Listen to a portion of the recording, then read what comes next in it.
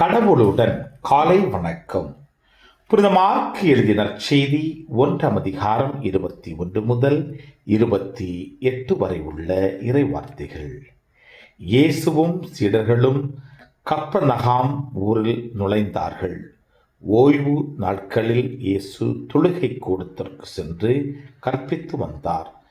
அவருடைய போதனையை குறித்து மக்கள் வியப்பில் ஆழ்ந்தார்கள்.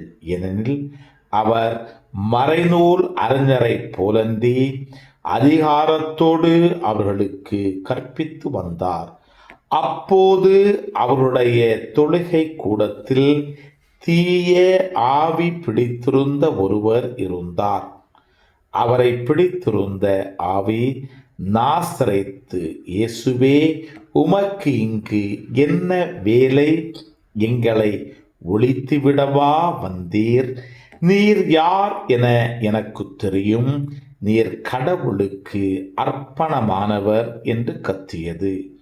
வாயை மூடி இவரை விட்டு வெளியே போ என்று இயேசு அதனை அதட்டினார். அப்பொழுது அத்தீய ஆவி அம்மனிதருக்கு வலிப்பு உண்டாக்கி பெரும் கூச்சலிட்டு அவரை விட்டு வெளியேறிற்று. அவர்கள் அனைவரும் திகைப்புற்று, இது என்ன? இது அதிகாரம் கொண்ட புதிய போதனையாய் இருக்கிறதே. இவர் தீய ஆவிகளுக்கும் கட்டளையிடுகிறார், அவையும் அவருக்கு கீழ்ப்படுகின்றனவே என்று தங்களிடையே பேசிக்கொண்டனர். அவரை பற்றிய செய்தி உடனே கலிலேயாவின் சுற்றுப்புறமெங்கும் பரவியது. கிறிஸ்துவின் நற்செய்தி. இந்த நாள் இனிய நாளாக அமைய வாழ்த்துக்கள்.